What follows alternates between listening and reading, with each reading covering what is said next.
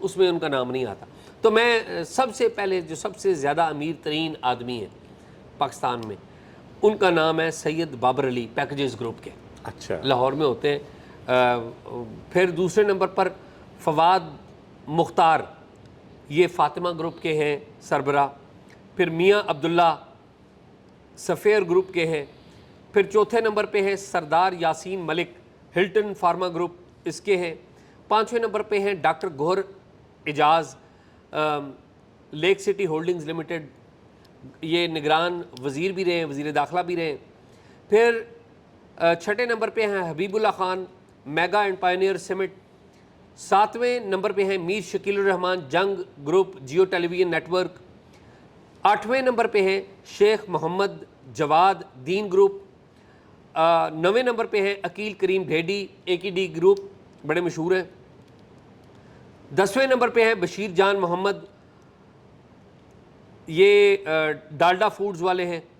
11ویں number پہ ہیں Mian Amir Mahmood, Punjab group of colleges کے.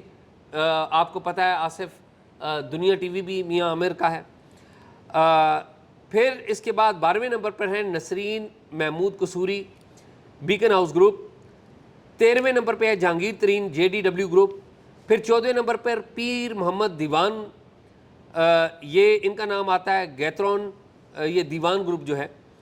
پھر 14ویں نمبر پہ ہیں یعقوب احمد آرٹسٹک گروپ.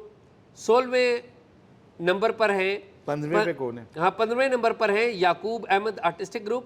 16ویں نمبر پر ہیں علیم خان, یہ جو وزیر ہیں, پارک ویو سٹی کے مالک بھی ہیں. پھر اس کے بعد آتا ہے 17ویں نمبر پر میاں احسن, یو ایس اپیرل گروپ ہے, یہ میں اس گروپ کو جانتا نہیں ہوں جی.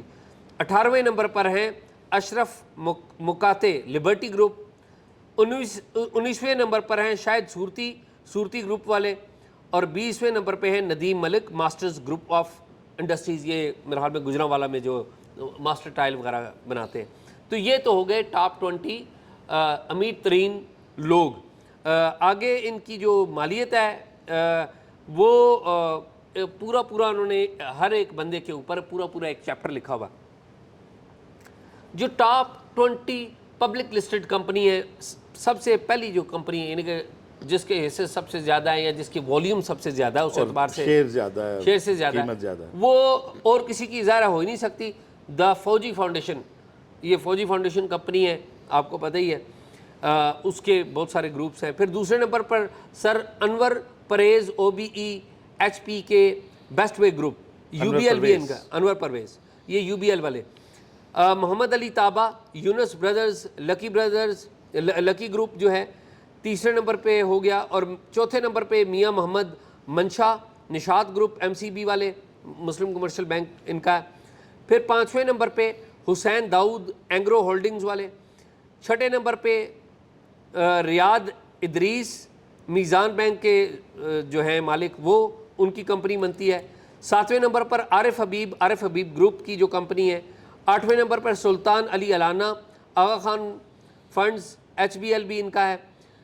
9ویں نمبر پر شعیب اے ملک اٹک گروپ. 10ویں نمبر پر Nasir Mahmood Khosa British American Tobacco. 11ویں نمبر پر سلطان علی لاکھانی, یہ لیکسن گروپ, یہ ایکسپریس ٹی وی بھی آپ کو پتہ ہے نہیں کا تھا. پھر 12ویں نمبر پر رفیق حبیب ہاؤس آف حبیب, ان کی کمپنی آتی ہے.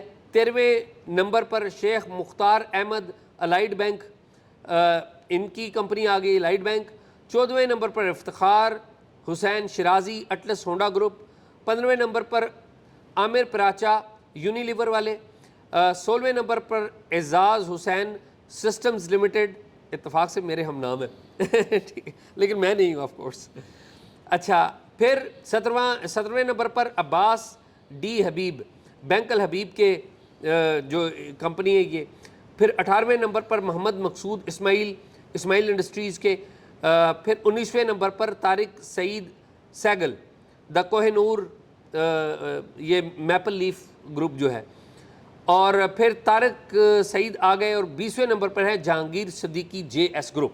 یہ ان کی پبلک لسٹڈ کمپنیاں ہیں جو پاکستان کی ٹاپ 20 پبلک لسٹڈ کمپنیاں ہیں. ہم نے بتا دیا کہ ٹاپ 20 لوگ کون سے ہیں. یہ ہے آصف، پہلی بات تو یہ کہ اس تھنک ٹینک نے بڑا اچھا کام کیا ہے ریفارمز کے لیے، لیکن آپ کو پتہ ہے کہ پوری دنیا میں جتنے بھی ترقی یافتہ ملک ہوتے ہیں اس میں جو ایلیٹ ہوتی ہے، بزنس مین طبقہ ہوتا ہے، وہ اس ملک کو آگے لے جانے کے لیے یا اس ملک کی عوام کی بہتری کے لیے بڑا ان کا بھی بڑا رول ہوتا ہے، ٹھیک ہے۔ اب مجھے نہیں پتا کہ ان تمام جو لوگ ہیں، ظاہر انہوں نے بڑی محنت کی ہے، پاکستان نے ان کو نام دیا، اپرچونٹی دی ہے کہ آج آپ دیکھیں ٹاپ 20 نام آ رہے ہیں، یا ان کی کمپنیاں آ رہی ہیں، پبلک لسٹڈ کمپنیاں، یا پھر 20 وہ بندے آ رہے ہیں جنہوں نے اس ملک سے بڑے پیسے بنائے ہیں۔ دنیا میں اور بھی جگہوں پہ ہوگا ان کا کاروبار، لیکن مجھے نہیں پتا ٹیکس کتنا دیا ہے ویسے۔ اور پبلک سروس کیا ہے، اہم بات یہ کہ پبلک سروس کیا ہے۔ یہ جو ہیں پیکیجز گروپ والے، ان کے بارے میں میں نے سنا ہے کہ یہ لوگوں کے لیے کام وغیرہ کرتے ہیں، مجھے باقیوں کا فرینکلی اتنا نہیں پتا۔ We would love to hear this کہ اگر ہمارے یہ جو ٹاپ 20 لوگ ہیں، لوگوں کی فلاح کے لیے، پاکستان کی بہتری کے لیے جو انہوں نے کام کیا ہے، ہمیں اگر پتہ چلے، وی وڈ لو ٹو جسے کہتے ہیں اس کو پروجیکٹ کرنا، ہمیں بہت خوشی ہوگی کہ انہوں نے ظاہر ہے اپنے ملک کے لیے، اپنے لوگوں کے لیے کام کیا ہے۔ لیکن آصف ایک مجھے گلہ بھی ہے، گلہ کر دوں آصف، جب میں ٹیکس کے معاملات دیکھتا ہوں، اگلے دن اشرف ملخم صاحب کو بھی میں نے دعوت دی ہوئی تھی، تو وہ بتا رہے تھے کہ 500 ارب روپے سے زائد کا جو ٹیکس ہے نا، وہ پاکستان میں تنخواہ پیشہ لوگ ادا کرتے ہیں۔ کتنا آصف؟ یہ 5.5 ارب کے لگ بھگ ہے جو انہوں نے بجٹ میں دیا تھا نا فگر، وہ جو ٹوٹل ٹیکس کلیکشن تھی وہ 5 کروڑ اور کوئی 56 ارب اس طرح تھی، جبکہ اس کے مقابلے میں انہوں نے بتایا تھا کہ کاروباری طبقے نے ٹوٹل جو ہے وہ 65 ارب روپیہ جو ہے وہ دیا۔ 66 ارب جی ہاں، تو 500 ارب دیکھیں نا اعزاز، میرا خیال ہے کتنے ٹائمز کم ہے یار تنخواہ دار لوگوں سے، جبکہ کاروباری لوگ جو ہیں ڈیفینیٹلی زیادہ کماتے ہیں تنخواہ دار طبقے سے۔ اچھا، آپ نے کوئی اور بات کرنی ہے؟ میں بھی میں صرف یہ وہ چونکہ بیچ میں آپ نے کہا تھا کہ 500 ارب کون ادا کر رہا ہے تنخواہ دار طبقہ، میں نے کہا 550 ارب سے زیادہ، میں وہی کہہ رہا ہوں۔ جی 500 ارب سے زیادہ ہو گیا نا تنخواہ دار دے رہے ہیں، اور بزنس کمیونٹی جو ہے وہ صرف 66 ارب دے رہی ہے ٹھیک ہے۔ ٹیکس۔ اب اس میں یہ جو تنخواہ دار طبقہ ہے، اس کی جو بزنس جو ٹیکس کلیکشن میں جو پیٹرول کے اوپر وہ ٹیکس دیتے ہیں وہ شامل نہیں ہے، جو وہ باقی چیزوں کے انڈائریکٹ ٹیکسز جو ہوتے ہیں کہ اگر وہ پانی کی بوتل بھی لیتے ہیں اس کے اوپر بھی ٹیکس دیتے ہیں، وہ شامل نہیں ہے۔ یعنی کہ یہ ڈائریکٹ ٹیکس ہے جو 500 ارب سے زیادہ تنخواہ دار طبقہ دے رہا ہے، اور 66 ارب روپے صرف بزنس مین دے رہے ہیں۔ مجھے نہیں پتا یہ بزنس مین زیادہ دیتے ہوں گے ٹیکس، مجھے نہیں پتا، لیکن اگر اوور آل والیوم دیکھیں، ہم کہتے ہیں نا کہ جی ہمارا ملک پیچھے چلا گیا، ہمارے جی ادارے کام نہیں کر رہے، تو ہمارا جو سب سے بڑا سٹیک اس ملک کے اندر ہے نا، وہ بزنس مین کا ہے۔ بزنس مین کو رسپیکٹ بھی دینی چاہیے، لیکن ٹیکس بھی پے کرنا چاہیے۔ اچھا، سب سے پہلے تو یہ کہ جو آپ نے یہ تھنک ٹینک نے کام کیا، میں بڑی اچھی بات ہے کہ اس پہ کام نہیں ہوتا نا ہمارے یہاں اکانومی کے اوپر اس طرح سے، اور اس طرح کے اعداد و شمار ہی ہیں جو کہ ہماری اکانومی کو کے لیے ایک جو ہے نا مائل سٹون کا کام کرتے ہیں، کہ ان کی ڈائریکشنز کو طے کرتے ہیں اور انہیں بتاتے ہیں کہ آپ کتنی دور ہیں منزل سے۔ تو میں سب سے پہلے تو ان 20 کمپنیوں کے جو بھی مالکان ہیں ان کو سلوٹ کرتا ہوں، بالکل ٹھیک، کہ وہ پاکستان میں کام کر رہے ہیں، ٹھیک بات، اور وہ کم از کم اتنا ٹیکس دے رہے ہیں کہ ہم ان کے بارے میں یہ دعویٰ کر سکتے ہیں کہ وہ نمبر 1 کمپنی ہے، نمبر 2 ہے، نمبر 10 ہے، نمبر 20 ہے، یعنی کہ وہ اس system within the system قانون پہ عمل کر رہے ہیں، پاکستان میں سروس کر رہے ہیں، پاکستان میں ٹیکس دے رہے ہیں۔ تو آئی سیلیوٹ کہ آپ پاکستانی ہیں، پاکستان میں کام کرنے کو پریفر، سب سے پہلے ہمیں اس بات کی خوشی ہے۔ دوسرا، آپ ڈاکومنٹ اکانومی کا حصہ ہیں، ہم اس پہ بھی آپ کو ڈاکومنٹڈ کام آپ کو ٹریبیوٹ دیتے ہیں کہ آپ پاکستان کے جو امیر ترین لوگ ہیں وہ اس لسٹ میں نہیں ہیں، ٹھیک، وہ ڈاکومنٹ ہی نہیں ہوتے، ان کے پیسے کہیں شو ہی نہیں ہوتے۔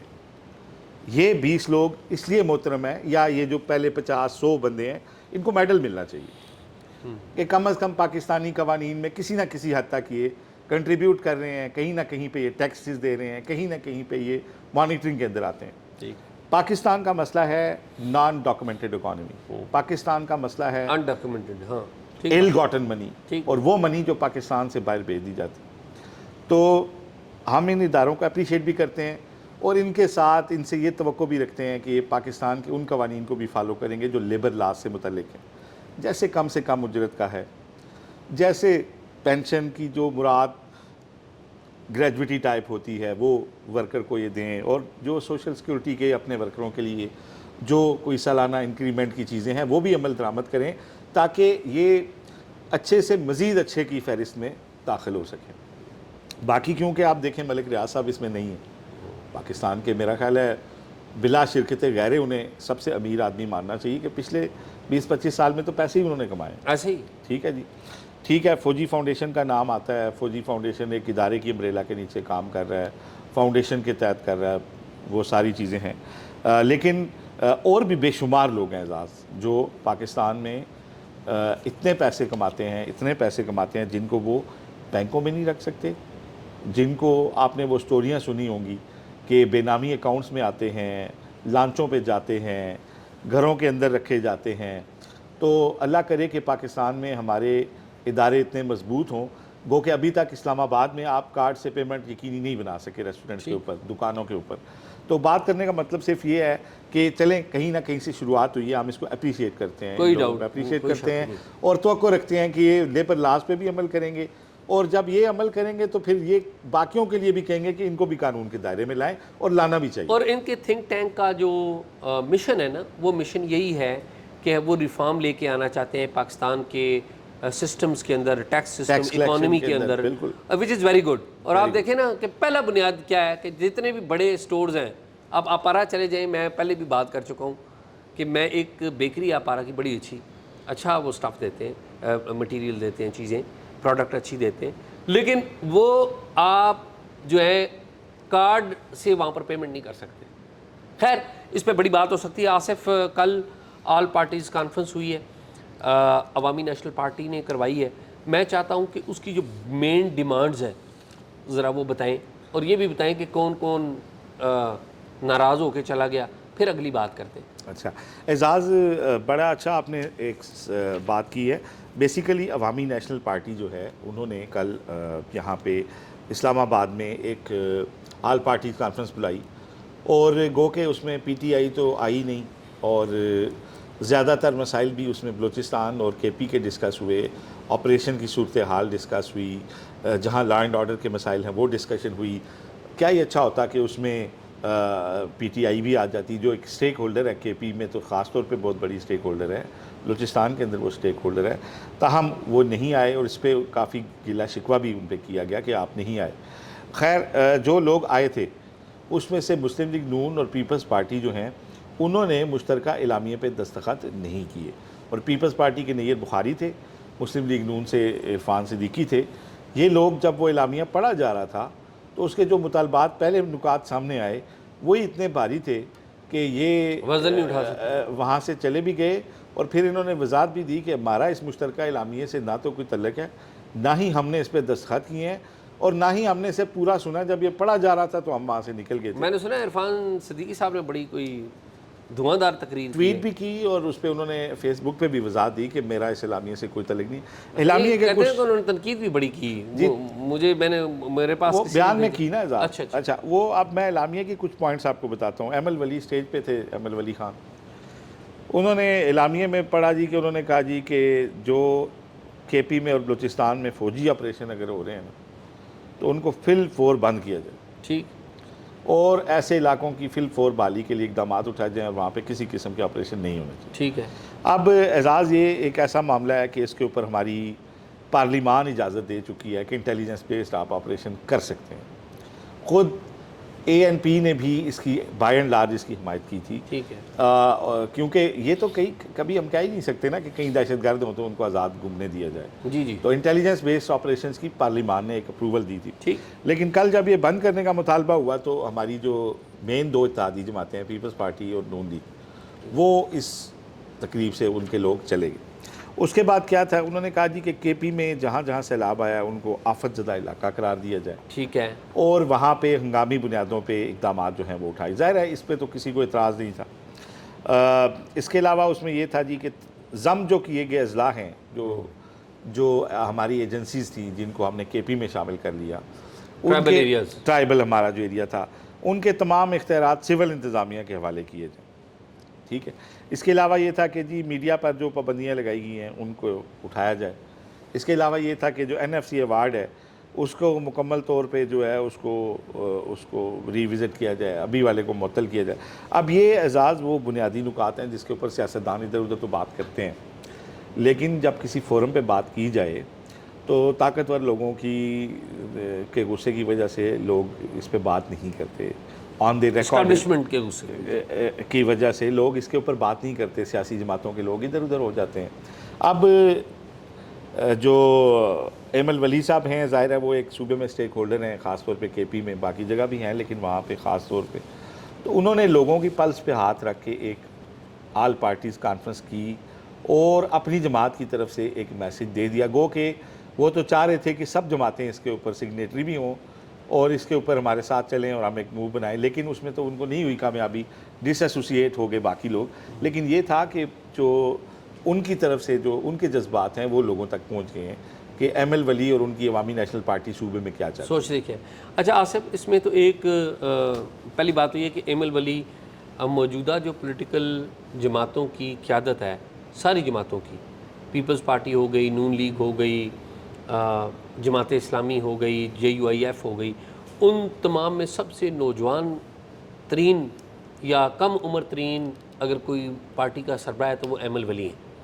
اور ظاہر ہے ان کی پوری ایک لیگسی بھی ہے. کچھ لوگ ان سے ناراض بھی ہوں گے, ظاہر ہے ہوتے ہیں, قیادتوں سے لوگ ناراض بھی ہوتے ہیں, لیکن ایک بات ایمل ولی کی آپ اپریشیٹ کریے کہ انہوں نے سوچا کہ ہم آل پارٹیز کانفرنس بلائیں, نمبر 1. دوسری بات یہ کہ انہوں نے ایک بڑا کمپریہنسو جو ڈیمانڈ ہے, اعلامیہ ہے, وہ جاری کیا جس کو آپ نے ابھی پڑھا ہے. تیسری بات یہ ہے کہ محمود خان اچکزئی میری اطلاعات کے مطابق اس میں نہیں آئے, جو کہ ظاہر پشتونوں کو ایک نمائندہ بڑے ہیں. جو منظور پشتین ہیں وہ بھی نہیں تھے, مجھے نہیں پتا وہ بلایا گیا یا نہیں بلایا گیا. بلوچستان یکجہتی کمیٹی سے مجھے نہیں پتا کوئی بلایا گیا یا نہیں بلایا گیا, لیکن وہاں پر کوئی نہیں تھا.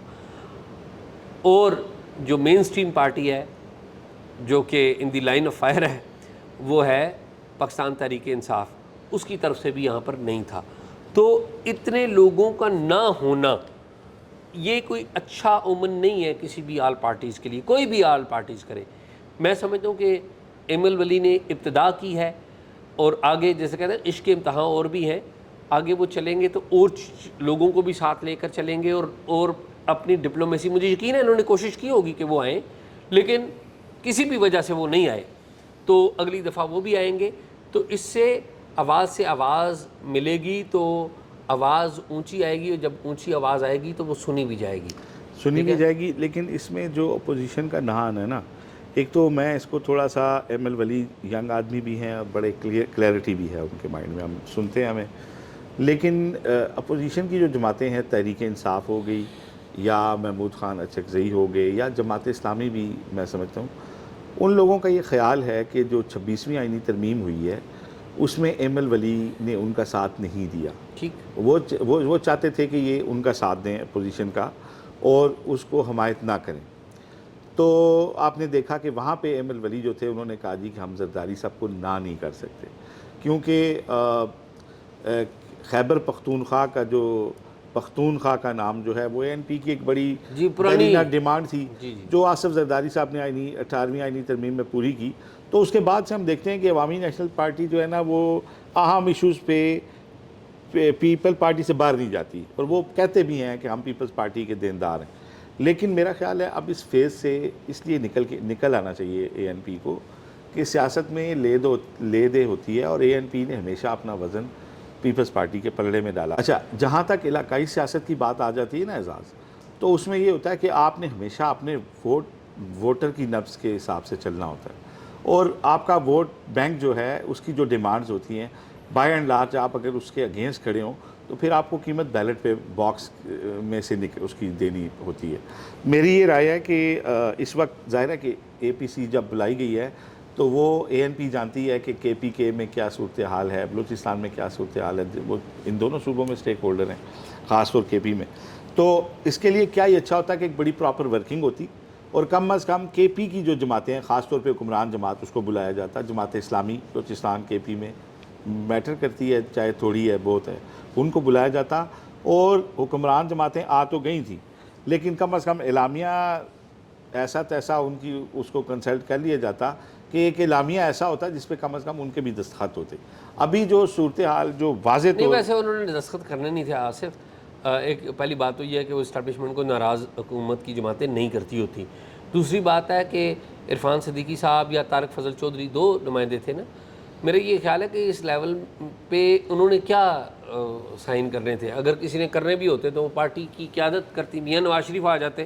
عرفان صدیقی نون لیگ کے تھنک ٹینک بھی کوئی ہیں، شک ہی نہیں، سینٹ میں وہ بڑے قائد ایوان سینئر بھی ہیں، ہیں، وہ ہیں اپنے بڑی سنی جاتی ہے ان کی بات۔ جی پارلیمانی لیڈر بھی ہیں، تو میرا یہ خیال ہے ان کے سائن میٹر کرتے تھے، چاہے بعد میں اس پہ عمل ہوتا نہ ہوتا، اے لیکن پی سی کی اہمیت کے بارے میں بات کروں کہ اے نون پی سی لیگ کی اہمیت تھوڑی سی اس لیے کم ہوگی نا کہ اس میں جو پی ٹی آئی تھی یا جماعت اسلامی تھی یا ان 2 صوبوں کے اگر سٹیک ہولڈر سارے آ جاتے تو زیادہ ان کی بات میں یا وزن ایون ہوگا۔ نواز شریف آ جاتے۔ لیکن ابھی بھی کم از کم انہوں نے اپنا موقف تو دے دیا نا لوگوں کے خواہشات کے مطابق، بالکل تو کم از کم انہوں نے اپنے ووٹر کو جو ہے وہ انٹیکٹ انہوں نے اپنا موقف دے دیا ہے، اور عرفان صدیقی صاحب نے ایک بھرپور تقریر کر کے اپنا موقف دے دیا۔ اپنا موقف دے ظاہر ہے حکومت کی سائڈ کا انہوں نے دے ٹھیک دیا۔ ہے، ظاہر اچھا، خیبر پختونخوا سے چونکہ عوامی نیشنل پارٹی کا مرکز ادھر ہے، اور خیبر پختونخوا میں آصف بڑا سیلاب آ رہا ہے، اور انفارچونیٹلی وہاں پر پاکستان تحریک انصاف کی گورنمنٹ جو ہے گزشتہ 14 سال سے آپ کو پتہ ہے پاور میں ہے، لیکن آلموسٹ ہر سال سیلاب آ رہا ہے،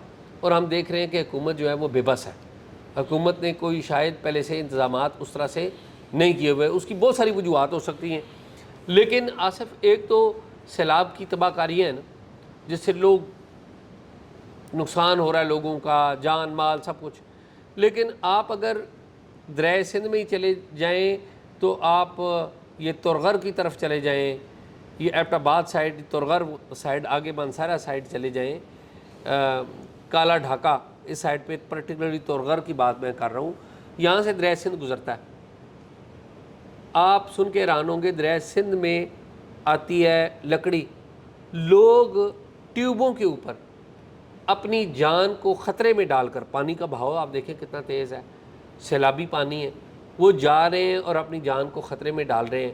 تو یہ بات ہمارے تصدق بھائی ہیں، آپ کو پتہ ہے ہل ٹاکس چلاتے ہیں، تو ان کی بڑی مہربانی ہے کہ جب وہ اہم کوئی ڈیولپمنٹ ہوتی ہے تو وہ ہمیں بھی بتاتے ہیں۔ تو پہلے تصدق کی طرف چلتے ہیں۔ تصدق بھائی یہ بتائیں کہ کہاں کھڑے ہیں آپ اور کیا دیکھ رہے ہیں، اور ہمیں بھی بتائیں کہ کیا ہو رہا ہے یہاں پر، اور سب سے اہم بات یہ کہ حکومت، پولیس، یہ سب کچھ نظر آ رہا ہے آپ کو یا نہیں؟ یہاں پر بتایا جا رہا ہے کہ ضلعی انتظامیہ بٹگرام اور اس کے علاوہ شانگلہ کے اہلکار بھی موجود ہیں، تحصیلدار وغیرہ، لیکن نہ ہمیں یہاں پر پولیس اہلکار دکھائی دے رہے ہیں، نہ ضلعی انتظامیہ کے کوئی اہلکار دکھائی دے رہے ہیں۔ اگر یہاں پہ ہوں بھی تو بہت بڑی نفری، بہت بڑی فورس چاہیے یہاں پر لوگوں کو روکنے کے لیے، کیونکہ بہت بڑی تعداد میں لوگ یہاں پر دریا کے پاس موجود ہیں، جن میں بچے بھی ہیں، بزرگ بھی ہیں، نوجوان بھی ہیں، اور سبھی لوگ دریا میں سے، اس دریائے سندھ میں سے لکڑیاں پکڑ رہے ہیں، اور لوگوں کا یہ کہنا ہے کہ یہ لکڑیاں ان کے سال بھر کا گزارا ہیں۔ اس موسم میں لکڑیوں کو دریا سے پکڑا جاتا ہے اور پھر موسم سرما میں یہ جلانے کے کام آتی ہیں۔ انتہائی خطرناک عمل ہے، لیکن دھڑلے سے جاری ہے دریائے سندھ کے کنارے، بشام میں، اور اس کے علاوہ تورغر کے رستے پر اور ضلع بٹگرام میں۔ Welcome back. تصدق بھائی کی آپ نے بات سن لی، یہ مناظر بھی ہم نے دیکھ لیے۔ آصف ایک اور ایڈ کر دوں میں جاتے جاتے، یار ہمارے جو نان مسلم پاکستانی ہیں ان کے ایشو کو ہم بہت کم چھیڑتے ہیں، لیکن ہم یہ ہے کہ ہم ضرور یہ ایشو ضرور اٹھاتے ہیں۔ ابھی 11 اگست تھا، آپ کو پتہ ہے 11 اگست پاکستان میں جو نان مسلم پاکستانی ہیں جنہیں آئین پاکستان میں اقلیت لکھا گیا ہے، میں انہیں اقلیت نہیں کہتا، میں انہیں کہتا ہوں کہ اگر وہ کرسچن ہے تو کرسچن پاکستانی، اگر وہ ہندو تو ہندو پاکستانی، اسی طرح باقی۔ تو وہ پاکستان کا دن ہوتا ہے ہمارے اقلیت کے لیے۔ 11 اگست کے دن کو ایوان صدر میں آصف ایک تقریب ہوئی تھی، ٹھیک ہے، جس میں صدر آصف علی زرداری تھے۔ اس تقریب میں آصف آپ سن کے حیران ہوں گے کہ ہمارے جو کرسچن پاکستانی ہیں اور ان کے جو بڑے ہیں، ان کے زعماء جو ہیں، انہوں نے بڑی کڑوی کسیلی باتیں کی ہیں۔ اور بڑی اہم باتیں کی. ہمارے دوست الیاس صادق بٹو آپ کو پتہ ہے جیلم کے جرنلسٹ ہیں اور بڑے متحرک ہیں جیلم میں, وہ اس تقریب میں موجود تھے. آئیں ان کے پاس چلتے ہیں اور جانتے ہیں کہ انہوں نے کیا دیکھا اور کیا سنا. جی الیاس کیا حال ہیں آپ کے؟ خیریت سے؟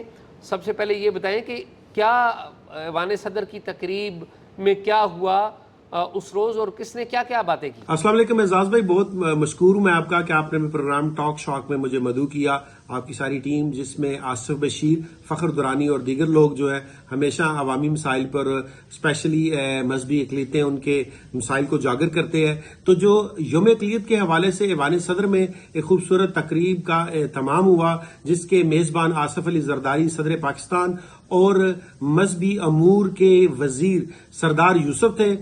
اس پروگرام کی جو اہمیت ہے, قابل ذکر جو بات ہے, اس میں مذہبی اقلیتوں کے علماء جس میں مسیحی, ہندو, سکھ, پارسی اور بھائی اللہ انہوں نے شرکت کی, اور دیگر افراد بھی جو سیاسی قائدین ہیں وہ بھی تھے. اس میں جو قابل ذکر بات ہے وہ مسیحی رہنما ڈاکٹر ارشد جوزف, انہوں نے کہا کہ پاکستان کے اندر جو مذہبی اقلیتیں ہیں خصوصاً مسیحی لوگ, ان کے جو تعلیمی اور صحت کے ادارے تھے وہ 70 کی دہائی میں حکومت نے اپنے قبضے میں لے لیے, ان کو جو ہے واپس کیا جائے. اور جبری مذہب کی جو تبدیلی ہے جس میں انڈر 18 اسپیشلی ہندو اور کرسچن بچیاں ہیں ان کے ساتھ ناانصافی ہے, اس پر مضبوط قانون سازی کی جائے. اور جو مذہبی اقلیتوں کے لیے عدالتیں ہیں ان کو علیحدہ سے ان کا قیام کیا جائے تاکہ مذہبی کتابیں جو ہے جس میں بائبل, گرنتھ گیتا کے مطابق شرعی طور پر جو ہے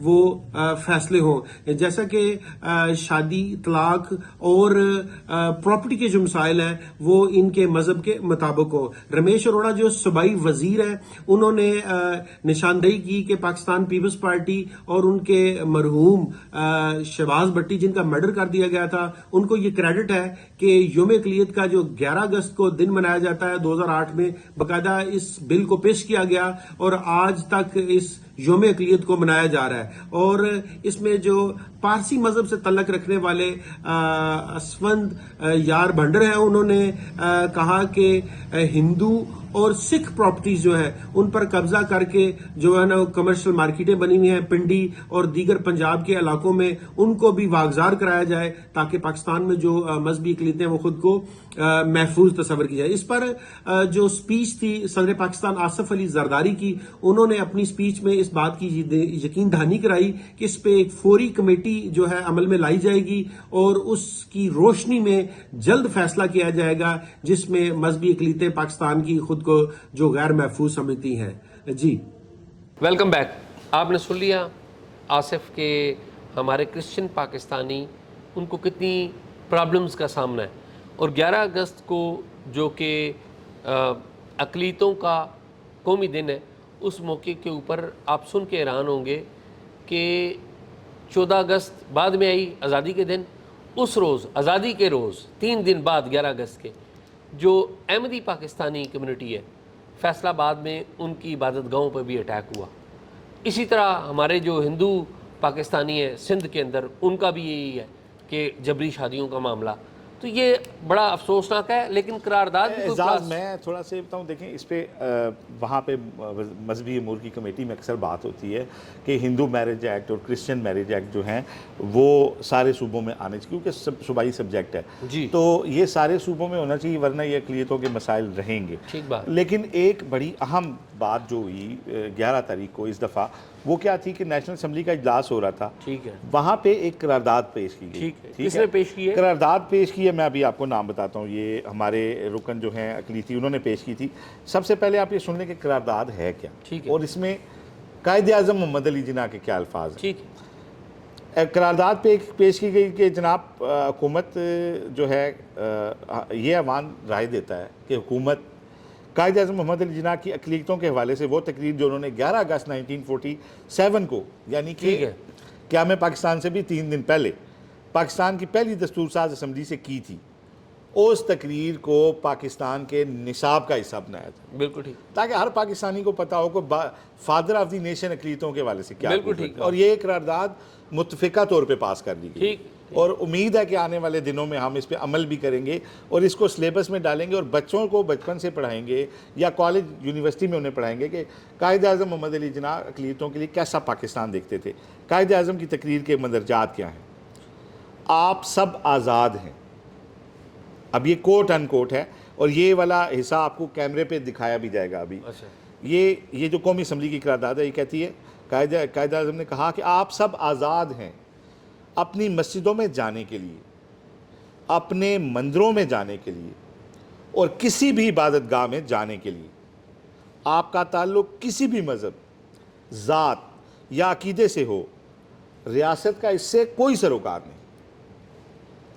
مذہب ہر فرد کا ذاتی معاملہ ہے. ریاست کے لیے ہر مذہب کے لوگ برابر کے شہری ہوں گے. یہ اعزاز اس دفعہ جو قرارداد ہے یہ میں آپ کو اس کی جو ہے وہ دیکھیں کیا خوبصورت بات قائد اعظم محمد علی جناح جو ہیں وہ کہہ رہے ہیں کہ اس کے اوپر یہ دیکھ لیں, یہ نوید عامر جیوا جو ہیں انہوں نے پیش کی, لیکن ان کے ساتھ باقی لوگ جو اس کے کو تھے اس قرارداد کے موورز, ڈاکٹر درشن رمیش لال, نیلسن عظیم, اور اس کو سب جماعتوں نے اس کو انڈورس کیا, سب کے اس کے اوپر سائن ہے, یہ بھی ابھی آپ سکرین پہ دیکھ رہے ہوں گے. تو پاکستان کی پارلیمنٹ نے اس 11 اگست کو کم از کم یہ بات ضرور طے کر لی ایک قرارداد کے ذریعے کہ آئندہ ہم قائد اعظم محمد علی جناح کے اقلیتوں کے حوالے سے جو ان کا ویژن تھا وہ ہر پاکستانی کو اس کے سلیبس میں جو ہے وہ ضرور بتائیں گے. بالکل. تو یہ کیسا اقدام ہے؟ نہیں, میرے حال میں بڑا اچھا ہے, لیکن حکومت کا تو آپ یہ دیکھ لیں کہ پاکستان میں سب سے جو بڑی کمیونٹی ہے وہ کرسچن کمیونٹی ہے. اس کا ایک وزیر نہیں ہے کیبنٹ میں, ایک وزیر ہے ہندو کمیونٹی کا, ایک وزیر ہے کھیل داس, جو کہ اچھی بات ہے, ہونا چاہیے. ہندو پاکستانی ہیں ہمارے, ان کی ریپرزنٹیشن ہونی چاہیے. کرسچن کمیونٹی کا نہیں جن کی تعداد سب سے زیادہ ہے. تو خیر میرے خیال میں یہی ہے. میرا خیال ہے اس کے لیے کم از کم ایک تجویز ہمارے فوری جو ذہن میں آ رہی ہے. نہیں, ہم تجویز کیوں دیں, انہیں نہیں پتا. نہیں, میرا نہیں خیال, اگر نہیں پتا نا دیکھیں نہیں, انہیں پتا ہے. یہ اکثر ہوتا ہے. دیکھیں ہمارے یہاں اقلیتوں کا ایک کوٹا ہو جانا چاہیے, کم از کم ان کی نمائندگی ہو اس کے اوپر, بے شک اس کے اوپر اس پہ صرف وہی لوگ لڑ سکیں جو اس کمیونٹی سے تعلق رکھتے ہوں. تو کم از کم ان کی ایک ایوان کے اندر نمائندگی تو ہو اور ان کی آواز سنی جانی چاہیے, ان کے مسائل حل ہوں تک. یہی ہے. تو یہ ناظرین, پروگرام آپ نے دیکھا, پروگرام کے بارے میں کمنٹ ضرور کیجیے گا, اور اگر کوئی معلومات آپ ہم سے شیئر کرنا چاہتے ہیں تو talkshop777@gmail.com پہ شیئر کیجیے. اللہ حافظ.